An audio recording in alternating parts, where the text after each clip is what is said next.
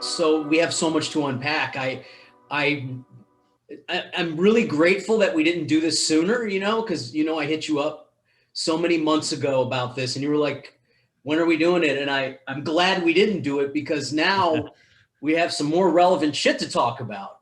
Yes, we do. Yeah, yes, we do. It's been a busy week. Boy, it has. You might be my most famous guest on this podcast as of how you're trending this week. Yeah, if you look strictly at this week, yeah, it'd be tough to top me, I guess. Yeah, man. If you want, I'll launch into Well, let the me give you timeline of. let me give you an intro because a lot of these people watching this, Yep, they're not familiar with comedy. That they're whoever they are. I You like them know. already. Yeah. So this guy, an old friend of mine, one of my earliest friends in stand-up comedy, actually, and he's been on Letterman, he's been on Comedy Central, has a couple, like 3 comedy specials in the past couple years, right? Senior Class of Earth, Yep. Stay-at-home comedian, and Cut Up, which you can check out on YouTube right now, was that the one they stole from, Ted? Cut Up was the one they stole from. Yep, and Okay. that is on YouTube. So that disjointed intro, I want to introduce my very brilliant friend, Ted Alexandro. Well, Stephen, thank you so much, man. You sent that picture to me of the time we worked together in Tampa Bay. Was it Side Splitters? Somebody else must have. You sent that to me. Oh, okay. See, my brain is fried. Yeah. I was looking through, we just moved, in the last several months. So as happens, you're looking through old boxes and old stuff, when I should be unpacking. And I found a photo of our weekend.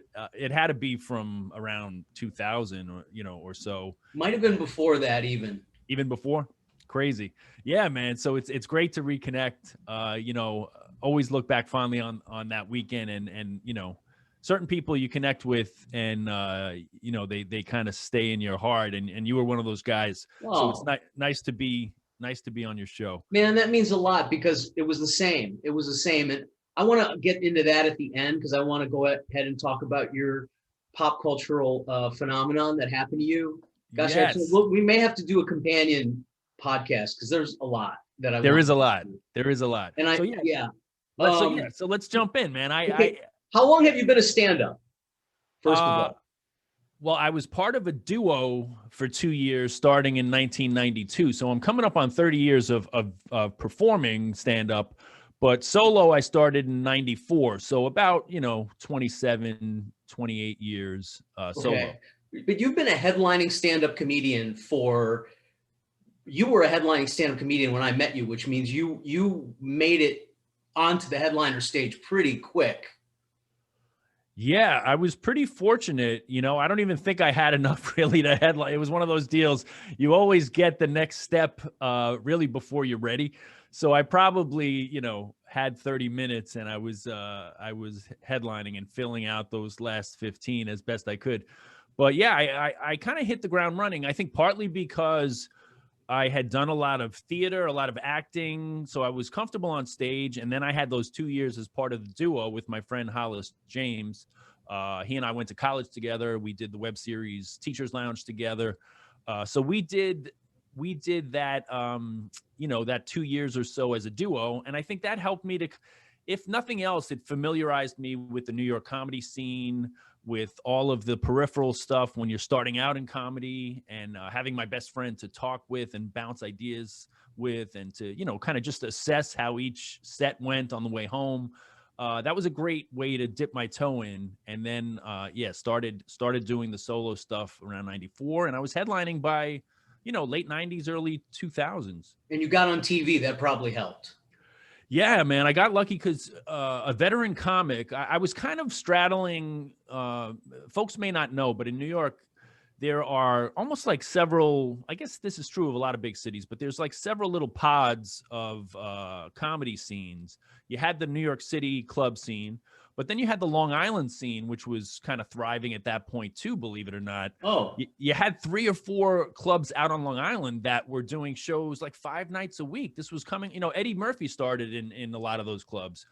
So they were still kind of drafting off of you know, the 80s and the Eddie Murphy phenomenon. And, you know, so you could kind of do a bunch of good shows on Long Island, and then the tri-state area, Connecticut, New Jersey. There was a bunch of rooms that you could work.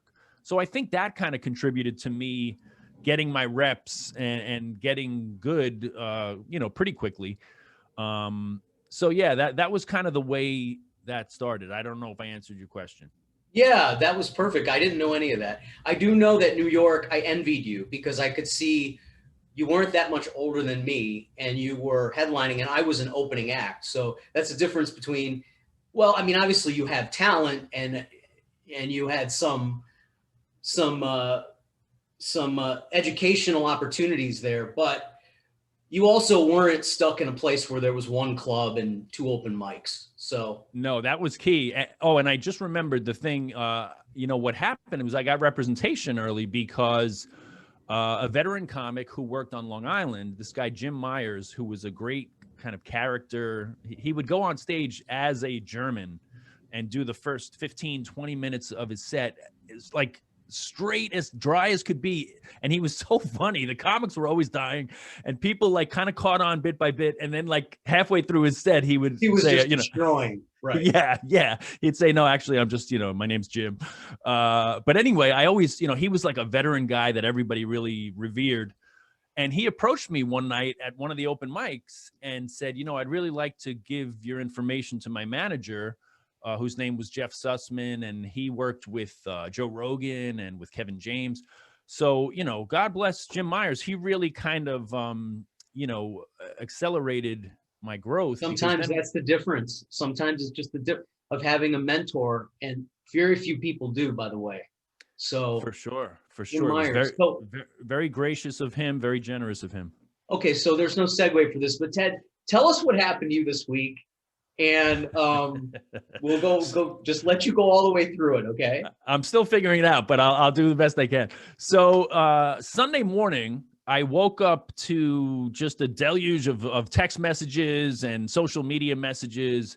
My brother, I think, was the first. I always tease him that somehow, like, he must have alerts on his phone.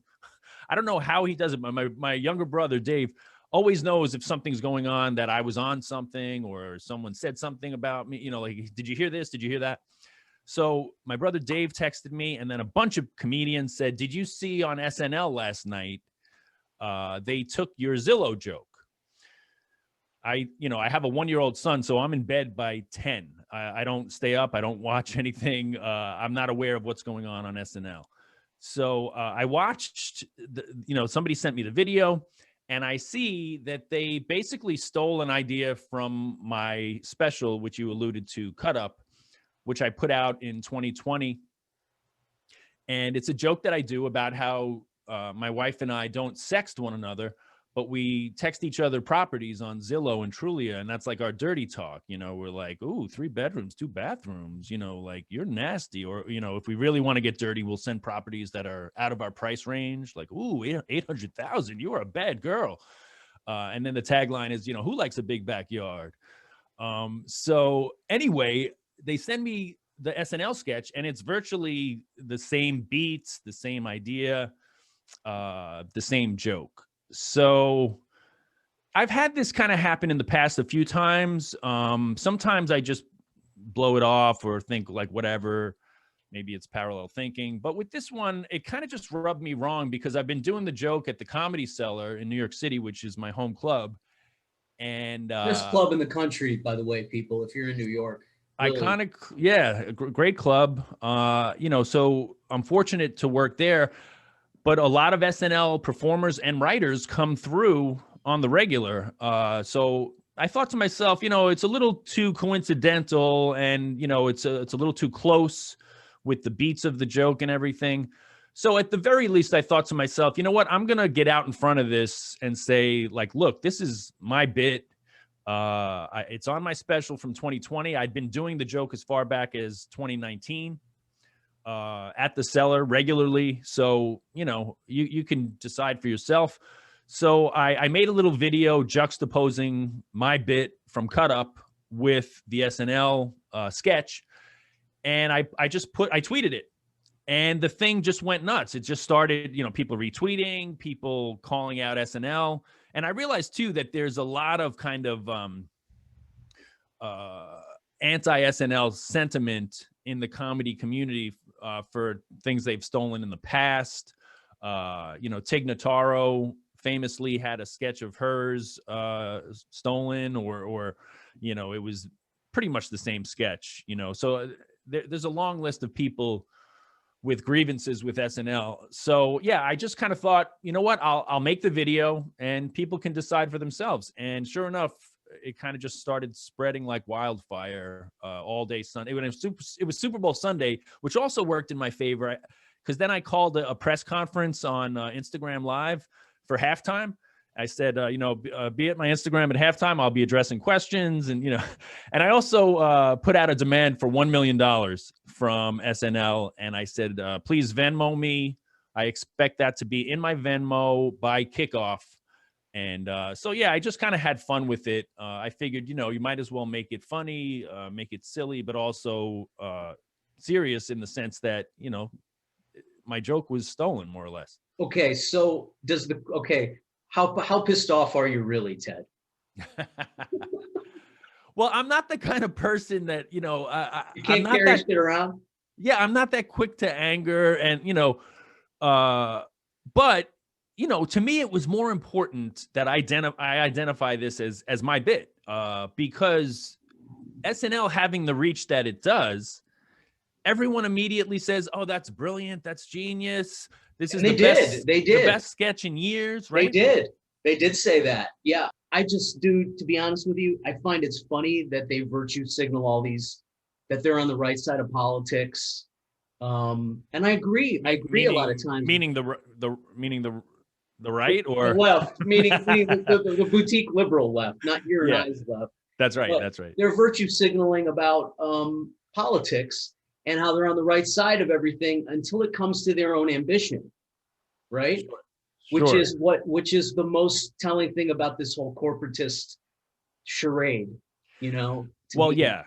I mean, believe me, there were a lot of layers to this, and not the least of which you're alluding to, that SNL has become this kind of neoliberal corporate Trojan horse to provide, to boost the signal of the Hillary Clintons of the world and Joe Bidens of the world.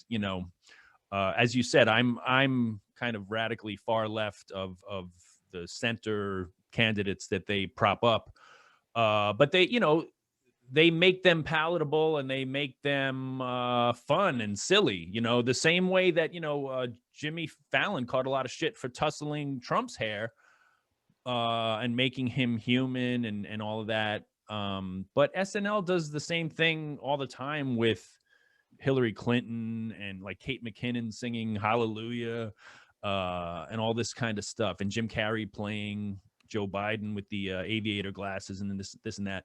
So yeah, it kind of galls me that comedy is used in that way. I'm kind of a purist, and I'm kind of somebody who thinks that, especially an institution like SNL and its roots, of course, which was counterculture. It was counterculture. Belushi, it was like bordering on anarchy, So to me, that's the best kind of comedic intent, to take down or at least challenge power structures. So yeah, that backdrop of what SNL has become, what the writing staff has become. They're Ivy League trust fund yuppies. Let's just cut their throat a little and paint on the wall with their blood. I'm not trying to be friends with them. I think we're of the same generation. We're 80s kids, right? Were you an 80s kid? Yeah, I was born in 69. Yeah, high school in the 80s. We were kind of looking back on our parents' generation of SNL a little bit. My dad was my age when he was watching Belushi and Chevy Chase and all of those guys. And I don't know. I'm beyond words that it irritates me so much. I think I'm angrier than you are about your joke getting stolen. Yeah, no, it angers me. But like I said, the business being what it is, and this is the backdrop as well. And I said this in my press conference. I said my specials are not on Netflix because I've participated in Occupy Wall Street, in Black Lives Matter. I organized the New York comedians for a pay raise on 2 occasions. So I've kind of had this outsider status where, as you said, in the early going of my career, when those things were not part of what I was doing or what I was focusing on, my 20s into my early 30s, I had 2 Comedy Central specials, 2 half hours by the time I was, I don't know, maybe 32. But then when I organized the comedians, we formed the New York Comedians Coalition. We got the pay raised twice. And as I said, I've participated in the more recent social movements. So the business kind of, first the clubs, like 2 of them literally blacklisted me. Caroline's blacklisted me, and the Comedy Cellar at the time, which is ironic because now I have such a great relationship with them. So there was kind of like it was a journey to kind of heal those wounds and to get back in good standing. And if you're smart enough, in life that nothing is forever, and it's best not to burn bridges or hold a grudge. So I've learned a lot of those lessons where clubs that, for instance, like the Cellar, where I was blacklisted, I shot 2 specials there after the fact. And, the owners came to me and my wife's wedding. And so, now it's a different scenario. But anyway, my point being that because of the fact that I have had this kind of relationship with the business, and because people who do criticize capitalism or criticize the government, are looked at a certain way, suddenly the late night spots dried up. I kept submitting my stuff to the Colberts of the world or the Tonight Show. But, suddenly after doing 5 Lettermans and, all the other shows, those were getting rejected. And my specials, when I was shopping those around, Netflix rejected, Amazon rejected. So I put my stuff on YouTube, and consequently, not as many people are going to see it. So if my special is on Netflix and that Zillow joke is on it, millions of people probably see it. But if it's relegated to YouTube, it's got like 100,000 views. So, it makes it easier for them to steal it if in fact they did. Makes it right. It it begs the point: would your bid have been stolen? I mean, we could speculate all day. This could turn into Rashomon. Sure. Yeah. And I've made the choices I've made in my career, and believe me, I'm fine with them. I would do everything the same way. I have no regrets, but it does provide context for what happens, in your career, and what happens in terms of, if it makes it easier to steal a joke that, that's on YouTube, that maybe somebody that's not a household name versus, a special that a lot of people have seen. If you were a younger comic, if you were a younger you, and this had happened to you, and a bit of yours had ended up on a majorly primetime thing like that, and you hadn't been around as long as you have, because you are an established comic, and you do have a pretty significant fan base. How would you feel then? Would it be different? I'm sure it would be different. Yeah.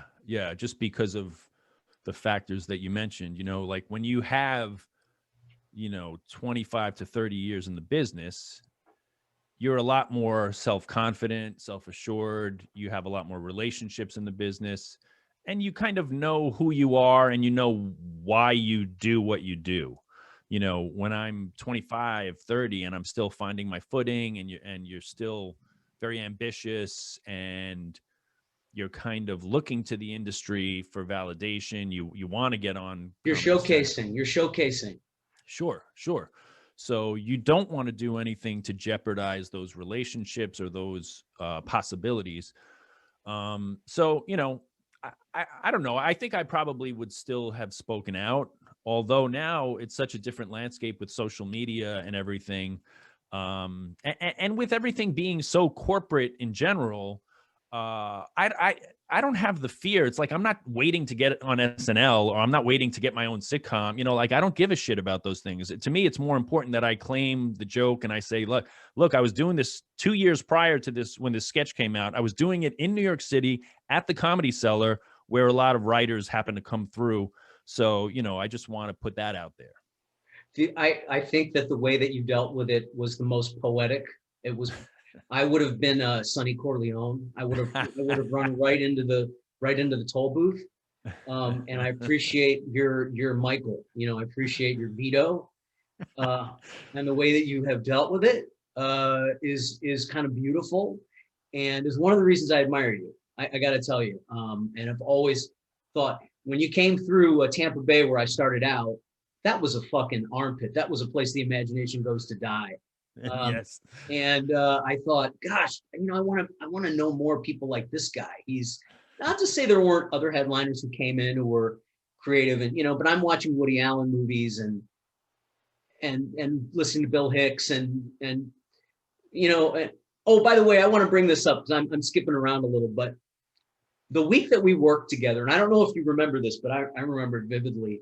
The owner was gone, I think, and I was doing crazy shit on stage, just totally experimental, bizarre shit. And we went out to Steak and Shake. I think you were there the whole week, like Tuesday through Saturday or whatever. We went out to Steak and Shake one night, and you said, Steve, what were you doing up there? Did I say? Did I really say that? Holy shit! Oh my god! You said, Steve, what were you doing up there? And I looked blank, point blank at you, and I go, oh man, it's just growing pains. And you said to me, sometimes it's just pain.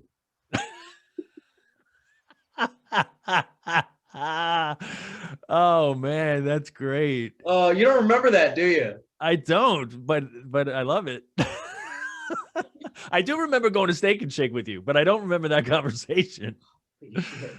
Oh man. Oh my God. And I had to, you know, so many times I wanted to write you or text you and remind you that, but I wanted to save it for the podcast because that was such a great fucking moment. And it was just, you know, I was all over the place, but no, but you know, the beauty was, I do remember, you know, it's so long ago, like you forget the specifics, but I do remember your energy of experimentation and taking risks, which is always the best quality to have as a young comic. You know, you don't really know what you're doing, and you're finding your feet, you're finding your voice. But I totally remember that about you, like going for it, which, as I say, you know, that's really the best quality, because so many people come from a place of safety or reserve, or, you know, just not taking risks. So when you come from that space of like going for it, you can always figure the rest out. Yeah, but that exchange was beautiful in its truth, you know. It was beautiful in its truth, and also it was good that I was taking risks. I mean, there's always the reality: if you take risks and you don't succeed, people might not keep letting you do this shit. So that's right. The risk is that, you know, I think it was because that owner of that club was not there that I had. Well, he was the kind of guy, even when he was there, I don't know how much he was there. You know, he was an odd cat. But yeah, no, he was. I wouldn't have wanted him looking over my shoulder doing that. You know. No, for sure. So, quick story. When I moved to LA, I sent out VHS tapes. I had VHS tapes of my comedy, and I sent them out. I got a book of all the representation people, and I like Willie Loman. I like sent out like 150 of these videotapes to people. I just choose a name. I wouldn't even know who they were. And I got a hold of Larry Bresner, who I don't know if you knew who he was. I remember the name. He produced Throw Mama from the Train. He was the manager for Billy Crystal and Robin Williams. He passed away. Oh, wow. Yeah. And either they called me or I called them. I don't remember exactly. And I called them and I said, hey, I sent you a tape, and they watched it. And they said to me, Robin Williams is looking for writers. This is just crazy shit that I've been living in my car basically at this time.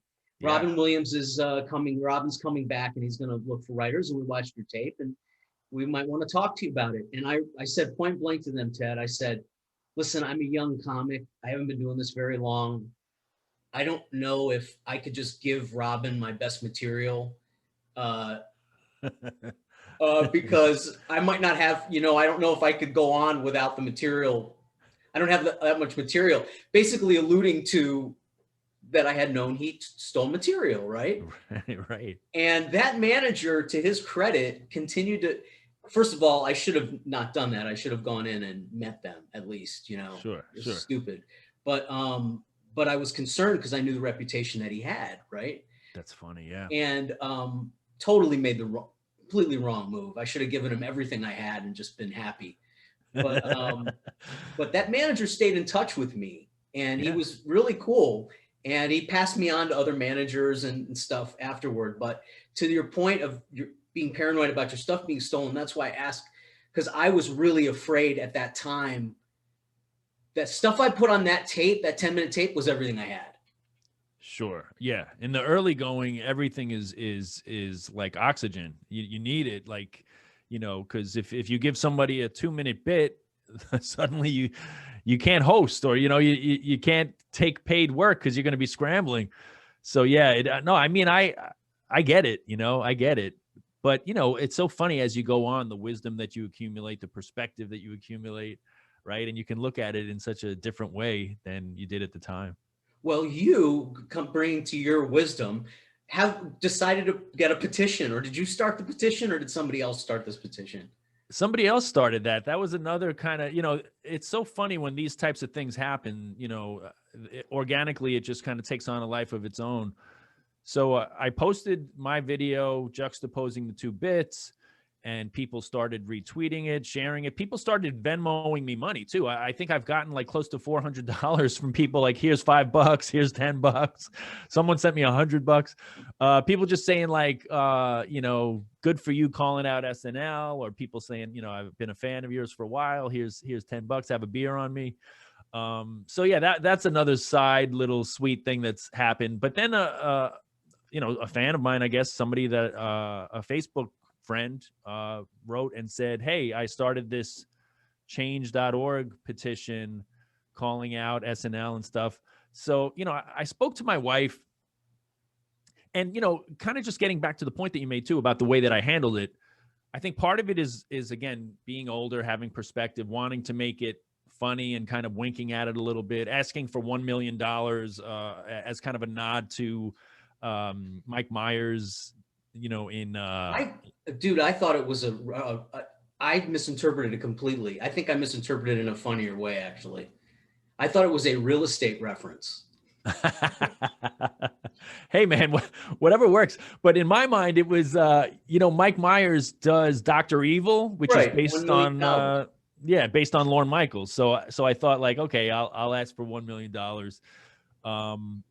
But my wife was instrumental in saying, like, first of all, she's like, yeah, definitely go after them, make it public, but make it funny, make it a joke. So I did. And then with the petition too, I said to my wife, like, do you think I should, like, there's so many things going on in the world. Should I really put a petition out, for me to get $1 million? She's like, of course, just have, like, let's milk it, have fun. It's just publicity for people to check out your special. So, so that's been circulating. Now that's close to, I don't know if it's like 700, 800 signatures since yesterday for that. So it's just all more, in a sense, it's to call out SNL, to make people aware that they have a history of stealing. It's not just this isolated thing with me, but this is obviously pretty blatant that they're very, very close in nature. So yeah, the petition is the latest wrinkle. I don't know how long I'm going to ride this thing, but so far it just keeps going. The petition, by the way, any of you who are not hearing this or watching this on my social media, find me on social media. The petition will be in the comments section for you to sign. That will be a major part of this. That will be the first thing that's posted along with the when this comes out on Monday. Okay, question. Can you get to somebody, like, can you get some deep throat information on who in the writer's room? I mean, you have connections, Ted. You've been around comedy a long time. You're in New York. Yeah. Can you, I not, because I know it's like the fucking intelligence community there, and they don't want to rat out, they're all worried they're going to lose their job the next day. But Yeah. you got some fucking inside intel contacts. Can you find out? Because it was probably one guy or one woman they couldn't put fucking Kate McKinnon on for 15 fucking minutes playing Rudy Giuliani anymore. Right. And they were like, well, I could pitch this one out and everyone, I'll be a hero. Can you find out, Ted? I probably could. I know some people actually posted the names of the writers of that sketch. So I'm assuming that was good information. Somebody posted that I think it was Anna Dresden and Streeter, something or other, some guy named Streeter. I don't know who he is, and a third guy.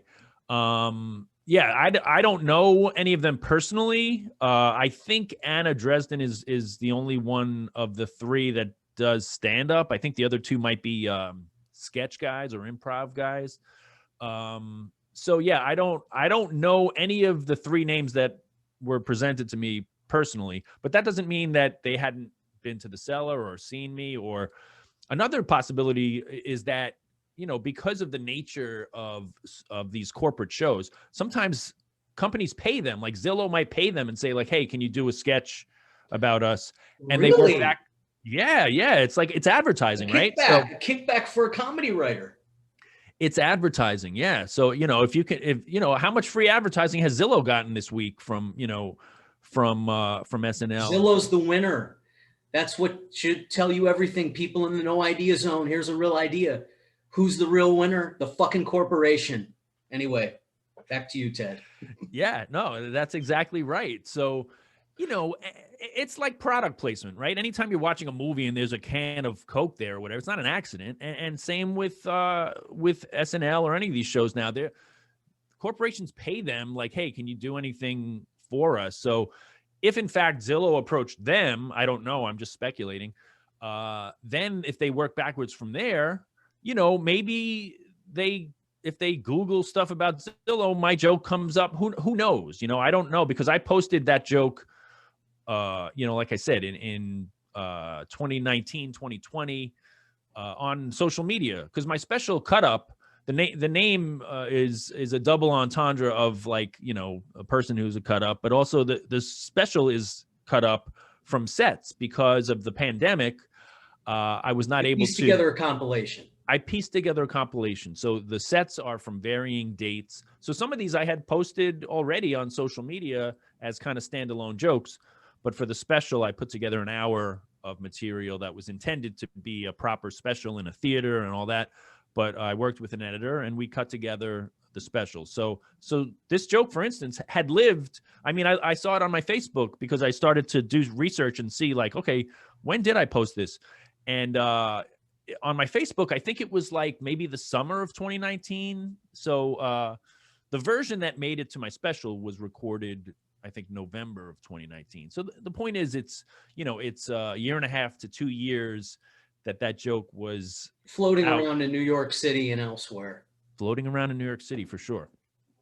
Well, I would really love to know who it was. And I love that you already have names. That's the funniest shit of all. Like, I figured, I didn't even assume you had the breadcrumbs, but we may get to the bottom of this, people. We might get to the bottom of this. If you have any information leading to the outing of, I don't just believe people who use racial slurs should be canceled. I believe virtue signaling trust fund yuppies who went to Harvard and Yale, who get first pick of fucking television writing jobs, who steal shit from people, should also possibly have to come and do their shame walk. They're on the list too. Yeah. Yeah. Well, I mean, the fact that joke, was out there for years, and these writers, as I said in my press conference, I was like, look, you guys know in your heart, and that's all that matters to me. If you know that you stole that joke, or if you know that you've stolen from other comedians, that's in your heart, and you have to live with that, So that's the real kind of the real measure of their justice and what they have to live with to justify their salaries, I guess. Well, there is a tremendous amount of pressure. I don't want to, apologize for these people, but it's Glenn Gary, Glenn Ross in there. Yep, I said the same thing in my press conference. Check out my press conference on. I haven't seen your press conference because I'm not on Instagram, but I will. Yeah, I will yeah. go check it out. But I talked about the very thing that you said. A lot of pressure. Sometimes they're scrambling for ideas, and by scrambling I mean stealing. So yeah, that's with that salary comes a lot of pressure to keep up and to produce. So even if it, and sometimes I will grant, sometimes it may not even be intentional, or something that they're doing with malintent, that it just something pops into their head and they've seen it before. And as comedians we've all had that thing, but usually we'll ask, I ask other comedians all the time, like, does anyone have a joke about this or that, because you don't want to be in that position. So yeah, only those writers can really answer that for themselves. Well, case in point, Eddie and I did this, I'm sure you may have seen it, this little show for all things comedy that we did called Comedians Without Cars Getting Soda, which was a Yes, parody yes. of, I pitched it as Comedians Without Cars Getting Food Stamps. That was what it originally was, which is much funnier, but very hard to do food stamps every week. And soda is a much easier thing. So our All Things Comedy produced it, and I wrote up a bunch of sketches, Eddie and I together, and then the head of production said, no, we want to do a Lime scooter on the first episode. Each episode will be a different vehicle, and the first one's going to be a Lime scooter. And I didn't do my due diligence because I'm just lazy, and I didn't go on the web and look up, because there had been parodies of this already, and one was scooters. Right. And when we produced the sketch, Eddie and I were accused of being, stealing this scooter idea, but it was really the head of production. So to your point, it can get complex, and you never quite know what, maybe someone had an idea and someone in the writer's room altered it and changed it. And, so. But I'm sure you guys, you're explaining it now. I'm sure you explained it then. The right thing to do is to explain it and say, like, oh, this is what happened. If you're a person of integrity, you come out and explain, what the circumstances were. You know what? I need to go on, because it's on YouTube. I just need to go on the video and write a little thing explaining that. It's simple. Yeah, of course. Right. So, and kind of the spiritual side of this thing, kind of, whatever transpired, maybe reconciling with you and even reaching out to you and saying, hey, look, here's what happened, or whatever. Because Rick Overton came on, and I had Rick Overton on, and he talked about Robin stealing his act. Oh, wow. And they were still best friends afterward. They reconciled, and so that's part of it, man. I mean, there has to be like that has to happen. Sure. Yeah. And that's why, I've come with a spirit of play towards it, because, I also realize with a corporate behemoth like SNL, they don't have to answer any of these accusations, and they can ignore you. And if in fact it did get traction, they also have the resources to make things go away quickly. So it's more of the David and Goliath aspect of a life in the arts or a life in freelancing, where you're expected that you're going to be taken advantage of, or that the ownership class is going to exploit you in some way. But for me, it was more important to also demonstrate, like, I'm not afraid to speak out about SNL. I'm not afraid to say they have a history of stealing, and there's a good possibility they stole this. So it served the dual purpose of calling it out, asserting that I had the joke 2 years prior, and drawing attention to my special. Because as I said, when your special is relegated to YouTube, I don't have a budget to have billboards or to have ads running. So in a way, in that aspect of it, it's like a gift, so that a bunch of people find your stuff, so that aspect of it has actually been beneficial. His comedy special is called Cut Up. This is the one we're talking about. This is the one you're going to want to see. You're going to want to see where the scandal all began, people. You're going to want to delve into it and get to the bottom of it, just like when you listen to your murder podcasts. You're going to find clues at the scene of the crime with Ted That's right. Alexandro. Plenty of clues to be found, for sure. And like you said, you kind of had the presence of mind to think, well, this could bring some attention to your work, which isn't getting you're not getting the John Mulaney push. Sure. Yeah. So that, to me, that was like a fringe benefit of making this push and making it silly and making it outlandish, demanding $1 million by kickoff for the Super Bowl. So it had, to me, I think if it had anger, or if it had like that type of resentment behind it palpably, maybe it wouldn't have, caught on the way it did. But people, I think the combination of the video that I cut and tweeted, where people could see the two bits side by side, and the fact that I made a joke about it, I think that maybe sat well with people and maybe helped it to take off a bit. This would be my one little projection for this, Ted, is that we're living in this period where people are, especially Hollywood people in the corporate structure, the boutique liberals, are so quick to cancel somebody for speaking the wrong way or saying the wrong thing. And comedians, especially, for any kind of gender thing that rubs people the wrong way or racial thing. But maybe if some of those kind of people would come out in droves to defend our intellectual property, maybe that would be just as good for us. If we watched out for each other, like what was Myers, who watched out for you, that's why I admired that generation, because they were, I don't know maybe I'm romanticizing that generation, but they seemed like they really wanted to help us. Yeah. I mean, I don't know if I'd make the blanket statement. There were definitely those who did, and they, it wasn't like they were few and far between. There were a lot of people who were willing, I think there was a bit of hazing that you had to go through first, but then once they saw you were legit, they didn't hesitate to speak up for you. Well, there were much fewer comedians too. I mean, we were sort of like Highlanders back then. That's true. Yeah, because it was really pre-Comedy Central boom. It was pre-internet, obviously. So yeah, it wasn't like becoming a comedian was such a mainstream career goal now, where it is like it's become corporatized, because a lot of people who otherwise might have gone into law or advertising or one of these other more legit fields, they can make a lot of money in comedy, basically doing advertising still. Okay, so I want to dig into that a little bit.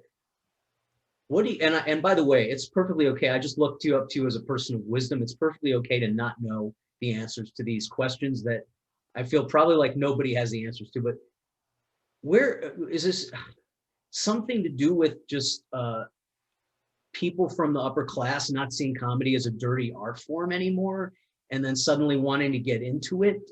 Is that part of it? Because it feels like it was a street art in the 70s and 80s for poor people who had to kind of fight their way out of someplace. I'm wondering if you vibe with that at all. Yeah, it is kind of a complicated thing, and I don't know if I have the answers, but I do think the money has a lot to do with it, because people that are drawn to money, fame, status, and the rise of the social media age has a lot to do with it too, where everybody has their own platform, everybody has their own essentially reality show where they're pointing a camera at themselves all the time. So, like, I guess everything has become more ostentatious, right? Coming off a Trump presidency, this guy who was like a kind of a fake billionaire for decades, and lived so ostentatiously, wealth, especially at the blue blood type level, was always kind of kept quiet and in certain circles, and you don't broadcast it. That's all changed. It's changed, yeah, with all the reality shows and and everybody wanting to be a millionaire, and that constantly pushed in various ways. One literally with the show Who Wants to Be a Millionaire, but yeah, so that type of thing is constantly pushed. But a career in the arts is lucrative now, and there are avenues, and UCB, the rise of UCB has a lot to do with it, where people could go to UCB, and then even if they're not in movies and TV, they're doing very well with commercials. So I think that there was like a shift in the perspective of why you even get into it. Like for me, I didn't get into it so I could sell Verizon or whatever. And I'm not judging anyone who does commercials, but I'm just saying for me, that was never part of the goal, or to do a McDonald's commercial or what have you.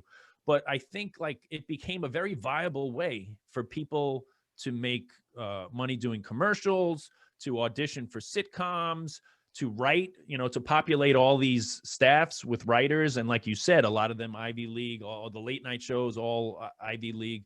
So what it does is it kind of, it becomes a uniform perspective that is being put forth, a uniform socioeconomic perspective that kind of permeates a lot of these artistic landscapes, artistic, in quotes. So when it comes down to it, it doesn't really, the blue and red team and all of these divisions in society, all it really comes down to is this ambition that people have, and they're just looking for a sexier, easier lifestyle, or looking to show off. Somebody who comes from money might just be looking to be able to hypnotize their friends with a shiny object. Look what I did, this kind of a thing. It's just, I don't know, man. It's a lot, and we'll probably have to do another one. We'll have to do another one, because I wanted to talk to you about all this stuff, but really the Saturday Night Live thing is holy shit. So, and the timing of this is great, and you may help my podcast. We only have like 24 old ladies watching this thing. Well, I'm glad it worked out that way, man, because it's a juicy thing to dig into. And it's been a fun week. It's a lot of people reaching out, a lot of support, a lot of fellow comedians. So it's been a fun ride with this thing. That's cool. I hope Joe Rogan would have you on. I would hope that Joe Rogan, with his fame, maybe it would trickle over to him. And, obviously he knows of you. You guys know each other probably pretty well. Yeah. Like I said, we had the same manager years ago. I since left that manager, but I was on good terms with Joe. And, like when my manager used to do client showcases at the Laugh Factory or wherever it would be, the store. I worked with Joe on those, many times. Well, my friend, I want you to, if you will, give us your website, all your info that we can find you at. And let's start with your Venmo. What's your Venmo, Ted? That's funny. My Venmo is at Ted-Alexandro. And people can find me on social media, all the various social media platforms at Ted Alexandro. And my website is tedalexandro.com. And my specials, I have 4 of them that are on YouTube.